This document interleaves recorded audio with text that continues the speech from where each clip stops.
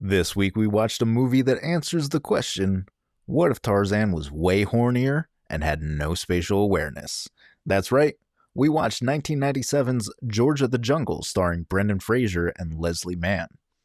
I'm DJ. And I'm Raz. Welcome to the Tapeworm Podcast. Now, are we 100% sure that this is a children's film?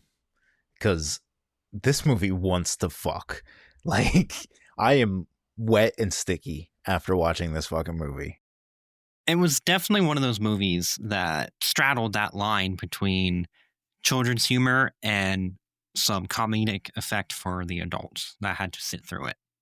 Okay, so this was a big thing in the 90s, early 2000s about, let's make sure there's jokes in there for the parents as well.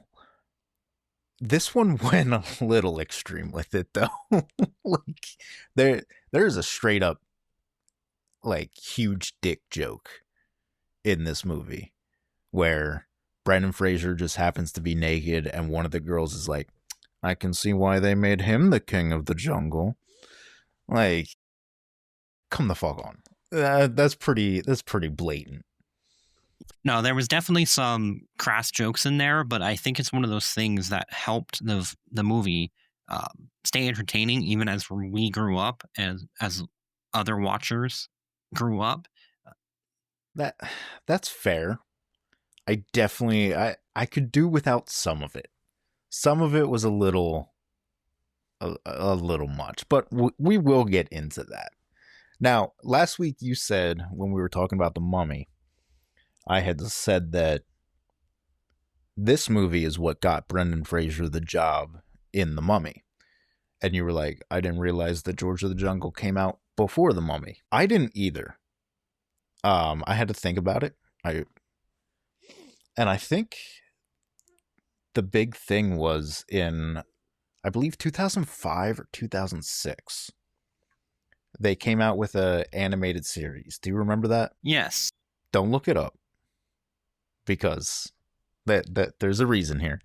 But in 2005, 2006, somewhere around there, they came out with this animated series. I believe on the Disney Channel, because I'm pretty sure it's a Disney movie. And to promote it, they played the shit out of these two movies. And for some reason, I think in my brain, it was, they just released this movie, so now they're making a TV tie-in with it. So I think that's why I thought that it came out much later than what it did. But it was a 1999 film, or 1997, excuse me. And then they made that sequel in 2003, I think. But we don't talk about that. That one's rough. Yeah, it definitely has not held up as well. Not at all. I'm sorry, but Angus T. Jones could not save that movie. I forgot he was in that. Yep, he is the son. I can't think of who actually plays George, but I just feel like anybody who tried to mimic idiot Brendan Fraser just comes off as cringy, I guess is the best word. Really, I feel like Brendan Fraser, at least at this time, is the only actor that could pull off the stupid George. I mean, I could definitely see that. However, around this time period, Jim Carrey was at his height, and I feel like he would never accept a role like this.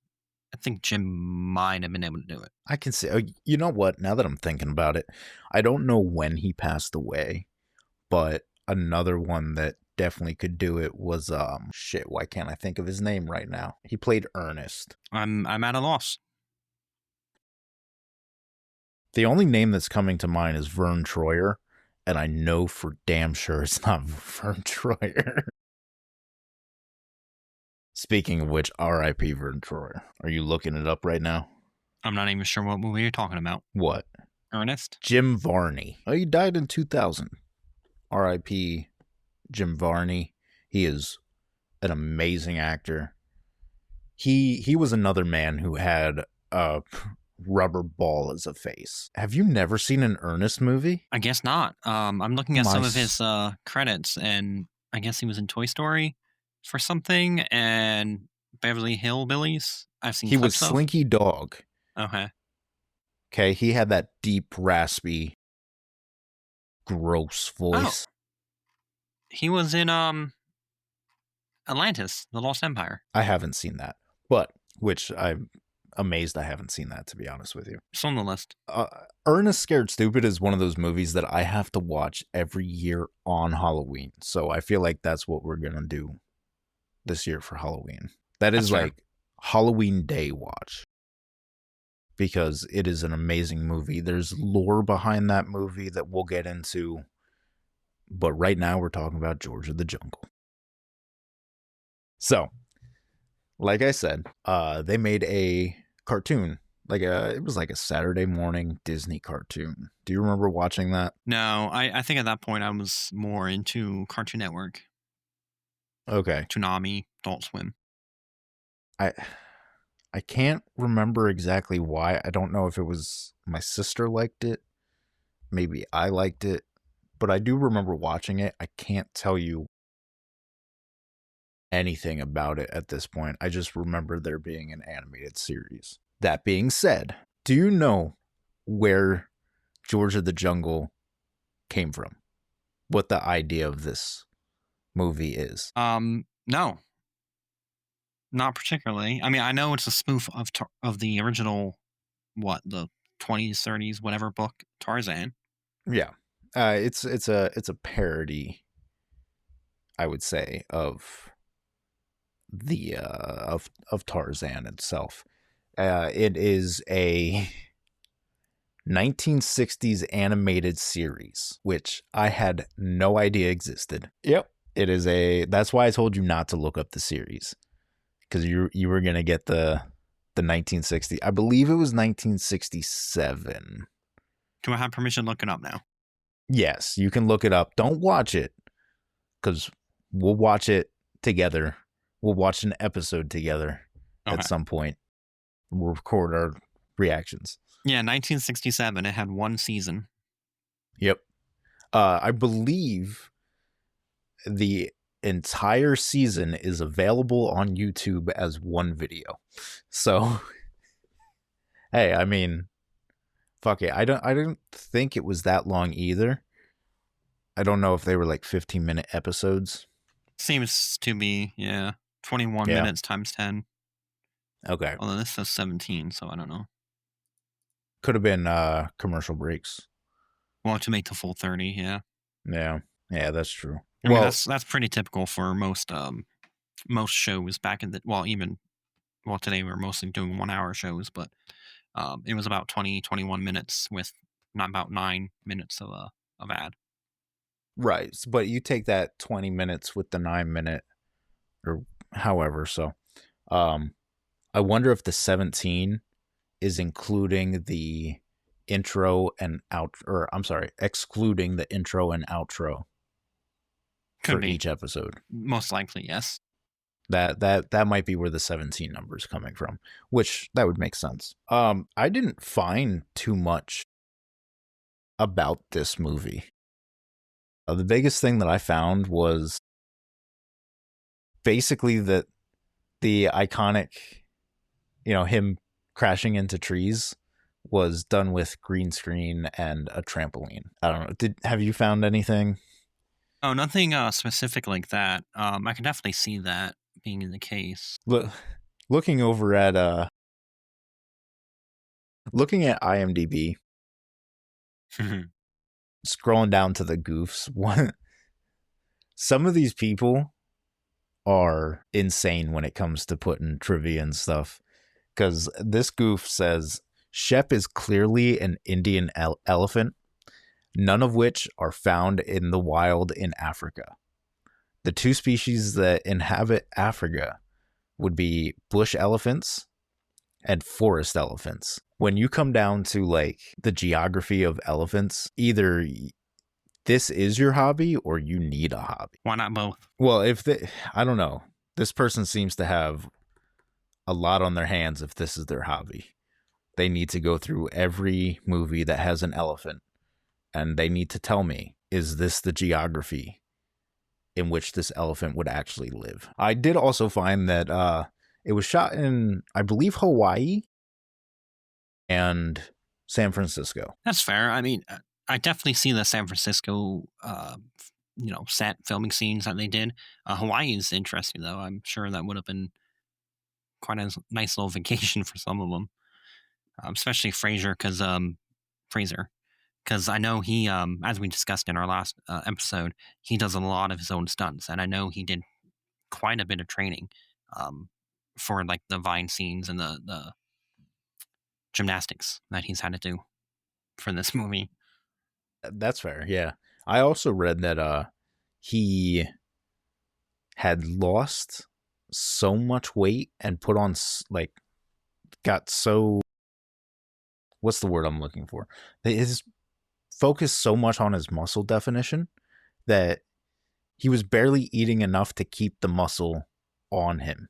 No, I 100% believe that. I know professional bodybuilders, like where they have their insane definition, that's something they can only really keep up for like a day tops. So, and the fact that he had to do this probably for weeks or months. But yeah, I have no idea how long this shot for. I don't know the budget. Yeah. Yeah, I don't quite remember the budget, but I know it did not make a whole lot. At least not by today's terms, adjusted for inflation. I think it was around 150, 160 million, which I don't think this even showed in theaters, to be fair, which I guess would have been really good considering that. It didn't? I know, for some reason, I don't think it did. I could be completely wrong about that. Let me go ahead and give a quick search on that. I don't know. 90s Disney movies were kind of weird. They had a lot of direct stuff. Yeah, it was either like direct to video or made for TV movies. Mm-hmm. I guess technically that wasn't Disney itself. That was more so an ABC Family thing, which was Disney. ABC Family did a lot of made for TV. Yeah. I mean, this was during Disney Channel's heyday. From what I'm seeing here, yeah, it premiered directly on Disney Channel. So yes, this was Disney Channel's heyday. So it does make sense just to release it directly on their own channel. They can make a full big budget movie and have the viewership to release it directly on their own channel. Not have to worry about, getting all the deals with the theaters and all that extra bullshit. They can just boom, in and out, which kind of makes me feel like they probably shot it pretty quick. No, I can certainly believe that. I mean, this was, like Netflix originals before it was really even a thing, or, a industry concept, excuse me. Now, that being said, so I watched it on Disney Plus. Usually a telltale sign that it was a TV movie is it's shot in 4:3. It's usually shot on tape. This was widescreen. I don't know. Where did you watch it on Disney Plus? Yes. I don't remember. No, I know for damn sure I watched this on Disney Channel when I was a kid. Because, like I said, they were promoting it. I don't remember if I had it on VHS. This definitely feels like something I had on VHS. Now, that being said, this is the late 90s, where for some reason there was this big jungle and primate movement in the 90s. I remember one of my all-time favorite movies as a kid was called Mom, Can I Keep Her? And it was just about, it was the boy from Malcolm in the Middle. Reese, I believe his name was in Malcolm in the Middle. And he found this, I can't remember what kind of primate. Might have been an ape. So I don't remember. And he was hiding this primate. You had Tarzan, which I believe came out in 99. Yes. Mighty Joe Young, which I believe is 97 as well. 98. 98? Okay. But it just amazed me that there's so many primate movies in the late 90s. Yeah, it was definitely, for some reason, some kind of hot topic. Well, according to Google, they were just popular in the 90s just due to a combination of the public being fascinated with it, advancements in special effects technology, and the appeal of kid and animal movies, which there were quite a few kid and animal movies. I mean, think about it. Like, you had Homeward Bound, you had, what was it, Babe? Babe might have been 80s. Oliver and Friends. So many, animal-themed movies. All Dogs Go to Heaven, all in this, like, short time period. This movie is mostly visual comedy. Like, Yeah. it is. I can't think of the word for it. Slapstick? I know that. So, yes, slapstick is the visual comedy. But there's fourth wall breaks in this movie. A lot. Yeah, you're right, actually. I forgot about that. Honestly, more than 2 is a lot of fourth wall breaks in a single movie. It gets a little much when they just look down the barrel of the camera and they just say some shit to you. It's definitely a 90s comedy movie. And I can't tell it flutters on that like 4 kids with those fourth wall breaks, and then trying to be funny for everyone involved with those hypersexual jokes as well. I don't necessarily think all of them land for me, but yeah, that's just me. Now, one thing that I will say, compared to our last episode, we are going to be changing up our format a little bit. We're not going to go so much as scene per scene, but we're going to pick out some of the scenes that we found funny, that we want to make fun of, that we, stick out to us in some way that we want to talk about. We don't have to talk about every single scene. You should still want to watch the movie instead of us just telling you what happens in the movie. That being said, do you think you're ready to start? Yeah, let's go for it. All right. Can you read the description of this movie from IMDb? I have a terrible memory, so let me go ahead and bring that up. It is right at the top. All right. It's a single line. Yeah. I thought it was going to be more. Yeah. I was expecting like a paragraph or something, but no, it's a man raised in the jungle by apes falls in love with a wealthy American heiress. Which I don't feel like, like that is scratching the surface of this fucking movie. It is, but it isn't. Because almost the entire movie does revolve around him and his relationship with this woman. Right, but how does the woman get there? Like, what is the reasoning for all of it? I honestly, I don't really remember. I think I can't remember if it was vacation or if she was studying something. No, it's never really explained. We'll get into that. We'll talk about that in a second. I want to talk about this fucking opening scene. Okay, first of all, when was the Pokemon episode? What do you mean? The band. It was banned, so I don't think it's shown. I don't know. Are you talking about the one that was too close to 9/11, or are you talking about the one that was giving people seizures? Giving people seizures. It was it's like the first season, I want to say. So it would have been like right around that time.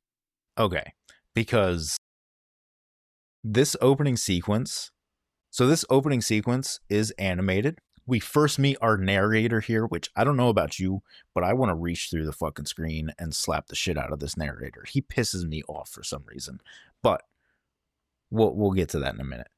The flashing in this in this opening sequence made me ill. I had to look away. It was just like blue flashing lights while it says George of the Jungle. I'm not an epileptic, but it gave me some issues. Did you just open it and watch it?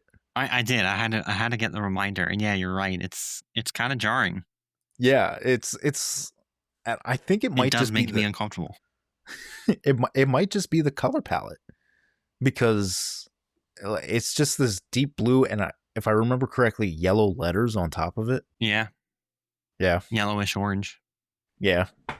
It comes out of nowhere too. It's Yeah, it's jarring. just like boom, boom, boom, boom, boom, boom. But then we kick up with the fucking music. The Georgia the Jungle. And that shit's just stuck in your head for the next 2 months. It's catchy. It's an earworm for sure. It definitely. And that opening theme is from the 1960s cartoon. That George. So that is ripped almost directly from. There's more lines in the 1960s, and it sounds significantly worse. But that's to be expected. That's 30 years of, oh damn, almost exactly 30 years of recording improvements. Yeah, no, it would have been, yeah, just about. Yeah. Basically, I don't know if they ever, does the narrator say what happened, that George landed in the jungle, or is it just a visual thing? I don't quite remember. I know they definitely show it visually. I feel like I'm sure they did. Yeah, it doesn't really matter anyway. All you need to know is that there is a boy that is raised like a baby, that is raised by primates. And we cut to him. He's probably 25 when we cut to live action. Yeah, probably around that time frame, 20, 25. Okay. So we're talking about wild animals here, right? One thing that we know about wild animals, especially wild primates, is they are horny. So do you think that he was fucking those primates? Do you think that there was like this whole big orgy? Well, that was definitely not the first thing that came to my mind. But now that you bring it up, probably. I don't know. So later on, when he first meets Ursula, he does the like mating dance with her. And later on, he's talking to Ape, which there's an ape named Ape in this fucking movie. Anyway, he's talking to Ape, and Ape's like, "Did you throw the leaves?" It's like, "Yes, I threw the leaves." And like he could not wrap it around his head that it didn't work this time. It's like nobody ever turns me down. That's at least what I got from it. So obviously he's out there fucking. That's fair. I mean, look at him. Those chiseled pecs, those abs. What does he have, like an 8-pack? What girl wouldn't want to be with that? We're talking about primates, though. So I do want to talk a little bit about the characters real quick. You meet Ursula, who is his love interest. You meet her fiance, whose name doesn't matter because he kind of fucks off halfway through the movie. He's this like pompous asshole. Is he British? I don't really remember. No, I don't believe so. I think he was an American. So she's in the jungle for God knows what. I don't know if she's studying or whatnot, but she has like a local tour group with her. And these are some of my favorite people in the movie because they just rip into her fucking fiance constantly. There's one scene where like he's over here like, I can't remember what he was saying. Oh, it was about his camera. He's like, "Look, I take picture of you and magic picture come through and magic window box." And the guy starts speaking in his native language, and shitty fiance is like, "What'd you say?" Or translation, please. He's like, "Well," he says, he likes your magic pictures, but he prefers the resolution of his Nikon. He's like, also, your lens is dirty, but he has the equipment to clean it for you. It's just such a good gag of like this pompous asshole thinking that he is better than everything, and then gets shown up by somebody who later you find out does speak English, the same language that this man is talking, just chooses not to, which is funny. There's also a gag of like that pompous asshole trips and falls into shit, like face first into shit. And that same man from the tour guide looks dead in the camera. I think this is our first fourth wall break, but he looks dead in the camera and just goes, "Bad man fall in poop. Now we throw our heads back and laugh." And they do. They just throw their head back and laugh. But I feel like this is the best part of the in the jungle part. Yeah, That is, I can definitely agree with that. And those are the moments that I remember most from my childhood, and I think the moments that are the funniest. yep. So where is it that they go? They go to San Francisco, right? Yeah, I believe so. Okay. I remember watching this like for when I started watching this for the podcast. I was honestly like, is this the one where they take him to? I thought it was New York.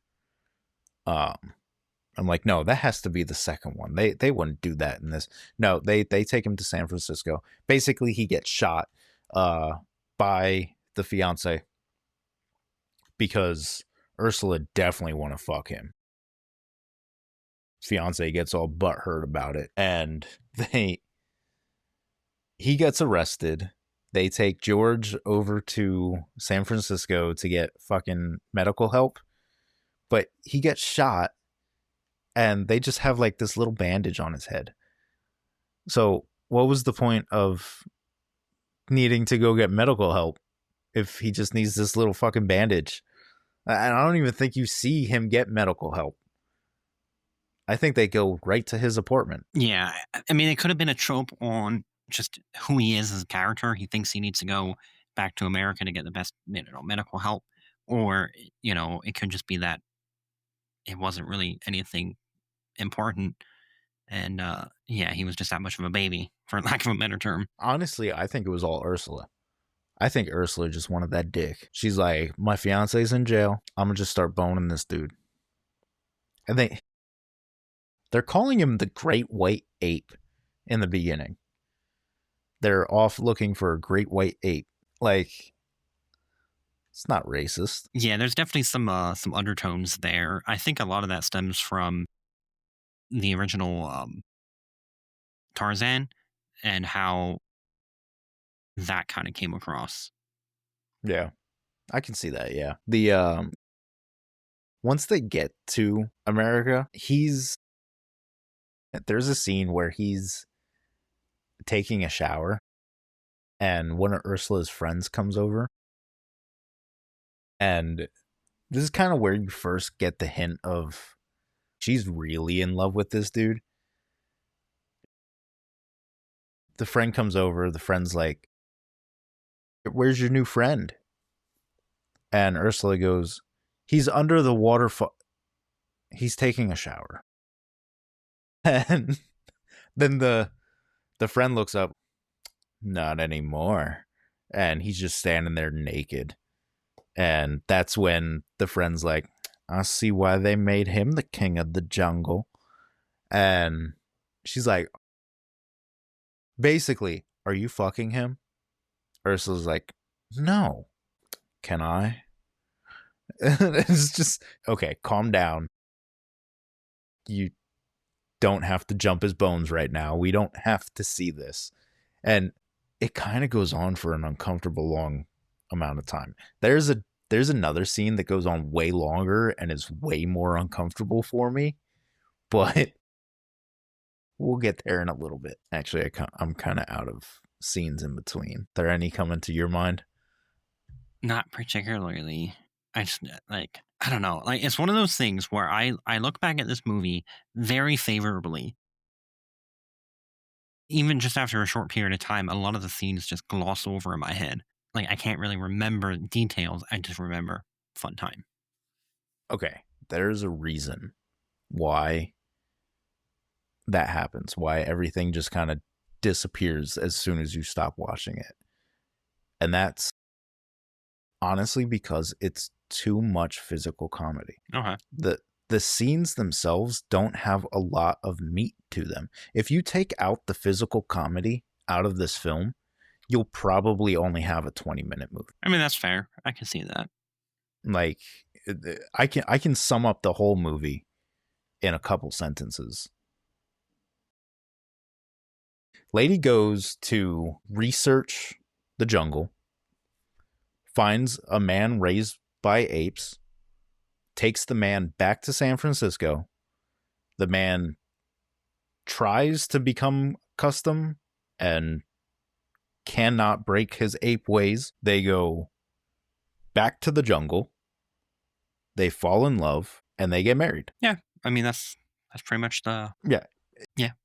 You could straight up just throw like a 2-word, a couple word like throw in comedy in the middle, and then that's the whole point of the movie. Yeah, it's like woman meets man raised by ape, hijinks ensue. Yeah, exactly. No, that's a perfect description. Like, that's all it is. There's a scene where I believe it's the Golden Gate Bridge. A parachuter's stuck on the bridge. So George, I don't even know where he got the ropes, but he's swinging across the Golden Gate Bridge to save this man. And they're seeing it on the news. We didn't need that scene at all. It does absolutely nothing for the movie. I guess just his shtick. Yeah. He just wants to swing from vines for some reason. Now, one thing I will say, Lyle, that's the fiance's name. So Ursula, there's this whole side plot where Ursula's mom is excited for the wedding, and Ursula doesn't tell her mom that he's in jail. And it's just this constant thing of like, oh yeah, he's got some legal trouble. It'll be fine. He's just taking care of a few things. He's not available right now.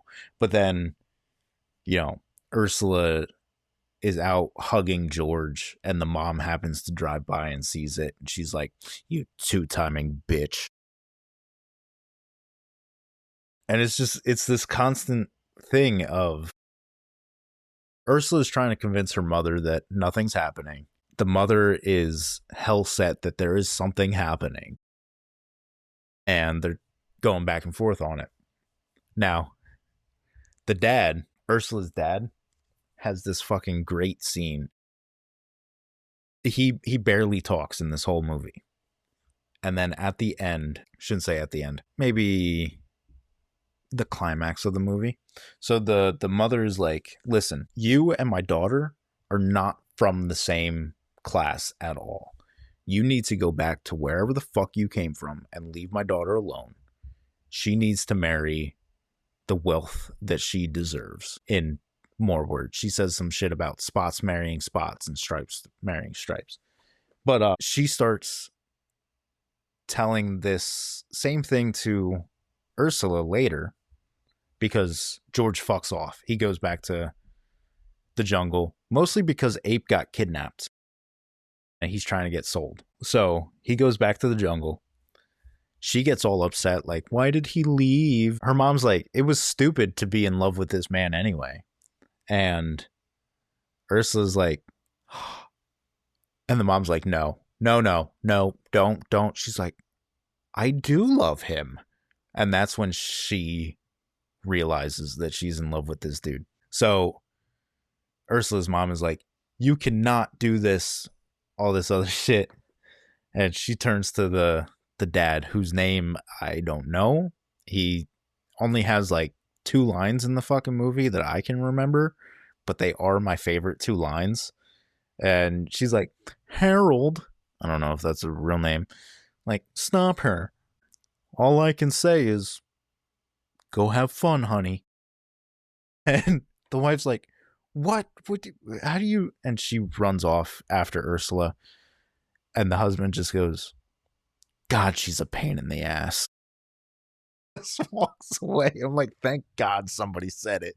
That wasn't the narrator, because I swear to God, this narrator doesn't shut the fuck up. He's supposed to be part of the comic relief. I'm sorry, you don't need comic relief in this movie because everything's a comic relief. Even the bad guy, Lyle, is the comic relief. It's too much. That's fair. You're getting comedy from every character almost. Yeah, it's almost like comedic whiplash. That's a good way to put that. Sometimes the joke is on Lyle, sometimes the joke is Lyle. One of the jokes is he has a lighter that's shaped like a pistol.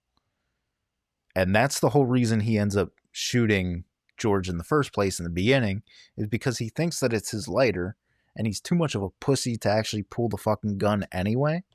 But one of the tour guides mixes up the guns, gives Lyle what he thought was the lighter was actually the gun. When that gun fires, you can see he like shits his pants. He gets so fucking scared. He's like, oh my God, I fired a weapon. Like, shut the fuck up. But yeah, there's not too much to actually talk about this movie. Without seeing the physical comedy, like we already said, that it's just there. No, 100%. It's the kind of thing you do have to experience. It's like one of those movies where it's so bad it's good, it's so stupid it's funny, kind of things. Fair, yeah. I mean, any other facts, any other tidbits you felt interesting you want to share? I don't really think so. They get married. They have that dumb little after credit scene where Ape is singing My Way to Vegas. Like, I don't need a lot of it. No, I mean, that's fair. I will just say it is definitely a movie I recommend. I enjoyed it. I enjoyed it as a child. I enjoyed it now, but it is definitely one of those, you're going to not really remember any of it. You're just going to enjoy it while you watch it. And I will say, Ape, the ape is, his whole name is actually an ape named Ape. Like, that's his actual name. Okay. Jesus. That's the more of that humor that is so in your face and so over the top all the time.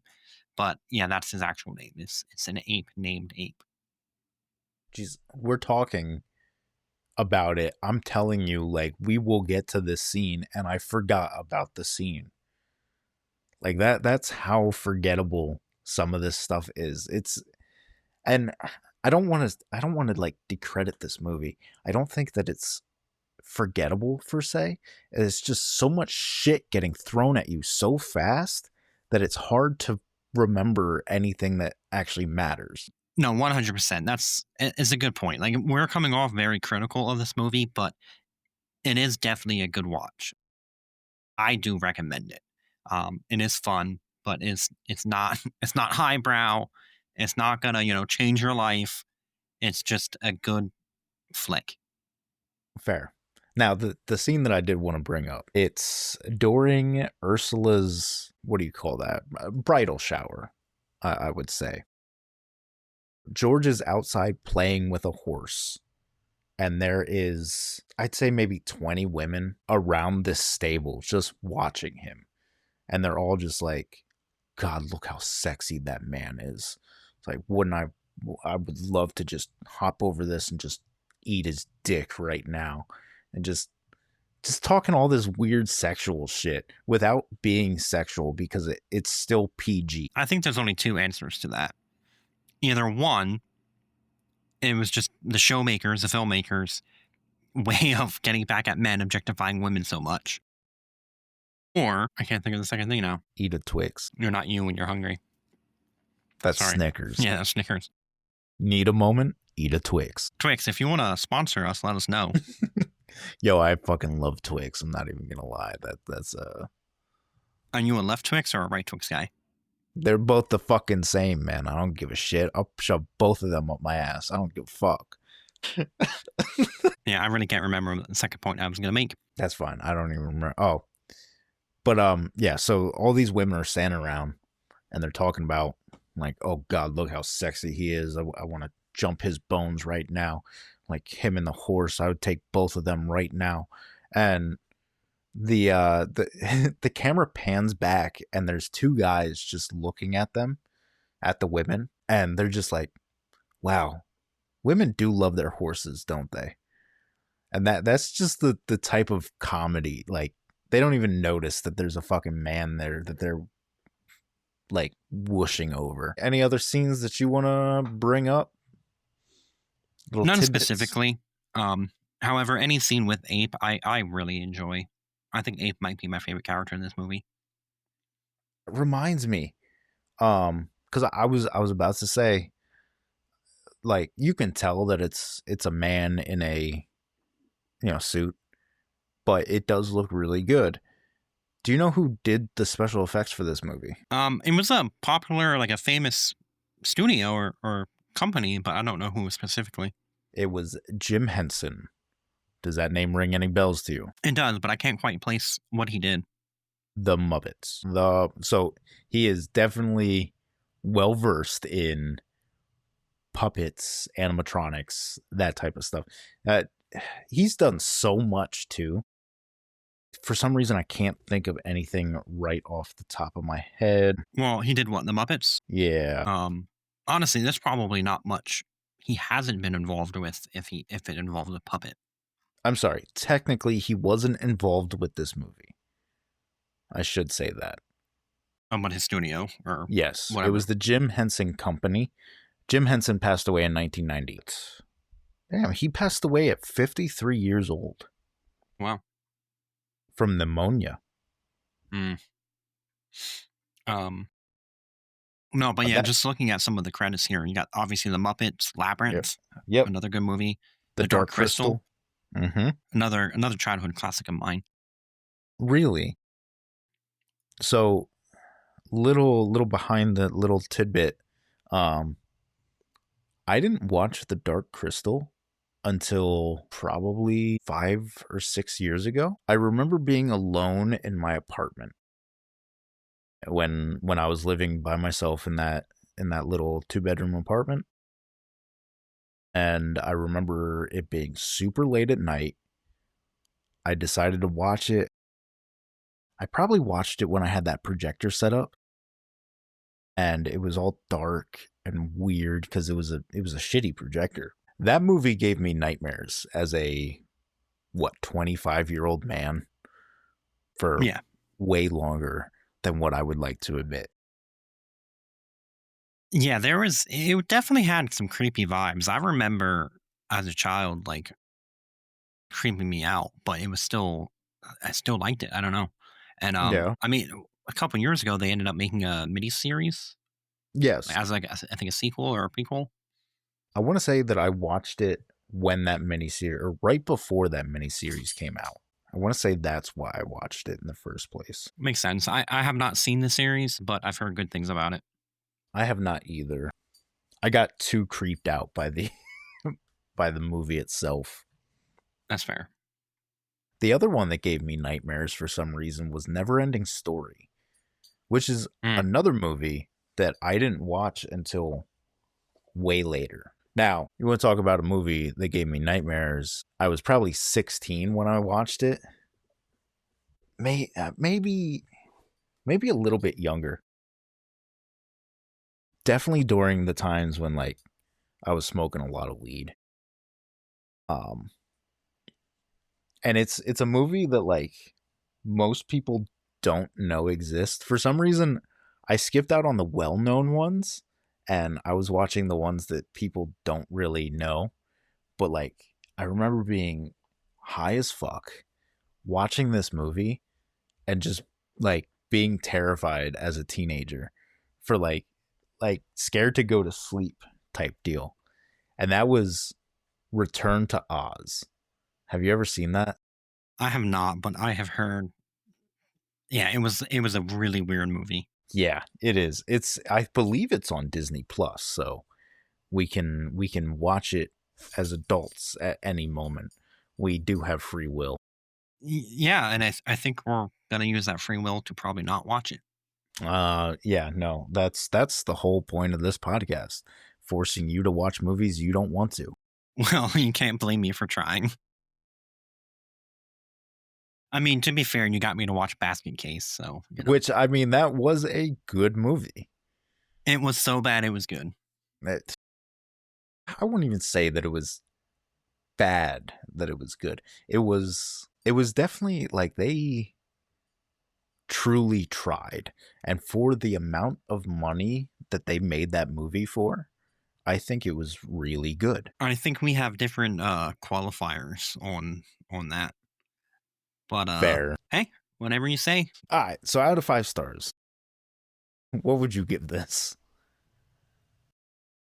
George of the Jungle. I would Look have to out give it for a that tree. Yeah, that's where I was going. I have to give it a 4. Yeah. Yeah. Is it just like the nostalgia factor? The nostalgia, I'm sure, plays into it. A lot of it is just I think I like slapstick comedy, truth be told, and I think it gives it a 4. If I was looking at it from if I were to separate this into enjoyment factor versus good film and film direction and all that, film direction and stuff like filmography, probably a 2. But just as a consumer of the product, 4. Okay, probably gonna cut it down 2.5, 3. It was a little too heavy on the slapstick. Not just the slapstick. It was a little too heavy on the just like rapid fire comedy. I would have liked a little bit more of a story. Like there was a story there, but it's almost like I feel like it's an insult to my intelligence on this story, because it's just like, who cares? Just look at this funny thing that happens. I mean, that's fair. It's definitely that kind of movie, though, I would say. Yeah. But at the same time, you watch something like Airplane, which is a comedy parody film, and it's another one of those like rapid fire back to back. But I will quote Airplane every day.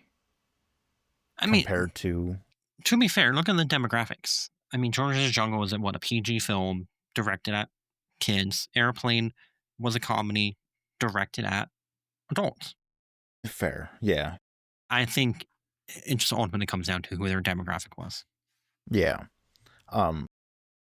Here's my issue with that. Yes, it was directed towards kids, but the amount of sexuality that this thing leaks, I don't think it's a kids movie. So one of the things that I was honestly thinking about is the generation of children today, how much brain rot shit that they have with the random YouTubes. Like my niece will watch these YouTube videos. She's, I believe, 3 or 4, and I'm not in any position to tell them like maybe she shouldn't be watching that. But some of the things that I hear come out of this phone that she's watching is just like, what the fuck is happening? But my thought was, with all that brain rot and shit, I wonder if children would still find this movie enjoyable. But then I decided I don't want to subject my nieces and nephew to this movie, because like it's just way too sexual. Like that I think if it wasn't as sexual as it was, I think it would be higher on the scale. I mean, I can definitely see that. I mean, this is ultimately, I think, one of those questions that come into play where our media is both a sign of the times, but it's also shows where the society is heading as a whole. And maybe there's something you could look and read into that. Maybe this went too far. Maybe this is just showing where we were going. Yeah. Now, you did say something earlier that I do like. If you look at it through the lens of it's a play on the over sexualization of women and their reversing gender roles, I think that's pretty cool.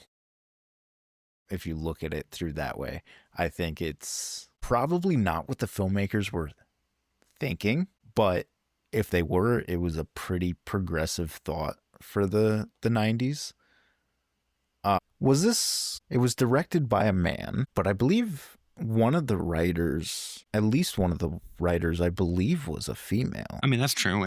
I mean, all I'm going to say is this was the 90s. I don't think he was a megastar yet, but pretty sure this is where Brad Pitt was starting to come up too. That's fair, yeah. There's quite a few, what do they call them? Heartthrobs? That's true, yeah. So one of the writers was Audrey Wells. She was born on January 25th, 1960. She wrote The Hate You Give, Guinevere, and George of the Jungle. I'm bringing all of this up because she passed away in 2018. So rest in peace, Audrey Wells. I'm going to credit you for the role reversal in this movie. I don't know if it was you, but I will thank you for that. Now, that being said, would you watch this again? Yeah. Yeah, I definitely would. You thinking like a yearly watch? Monthly? Definitely not monthly, but I could definitely see it being a every year or every other now and then, yeah. Okay. So not something like you have to watch it yearly, but you wouldn't mind seeing it. Certainly not going to be a movie I make a habit of, but definitely something I'll enjoy now and then. Okay. Personally, I don't necessarily think I need it. It was fun, but it's so forgettable that I feel like it is just a waste of time. In my opinion. I think if you find like a super clip on YouTube or something of just like some of the funniest scenes, I think you'd be fine. I don't think you actually need to watch it. Or shit, you could probably find a TV cut of it where it cuts it down from I think it runs at like 2 hours. But if you can find a TV cut where it runs at an hour 40, hour and a half, I think that would be perfect. Are you looking up runtime right now? Yeah, I thought it was an hour and a half already. But yeah, TV might have cut it down more. I remember looking at it and being like, holy fuck, this is a long ass movie. Yeah, no, just an hour and a half. Just an hour and a half? Yep, 92 minutes, I believe it was. Jesus Christ. Okay. All right. Do you have anything else you want to say about the movie? I think that about covers it. I think so as well.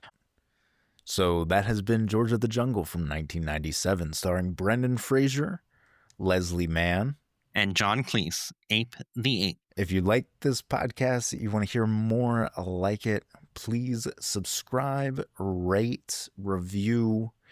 All of that helps. Join us next episode when we talk about Monkey Bones, starring Brendan Fraser once again, because we can't get rid of his chiseled abs. Bye. See ya.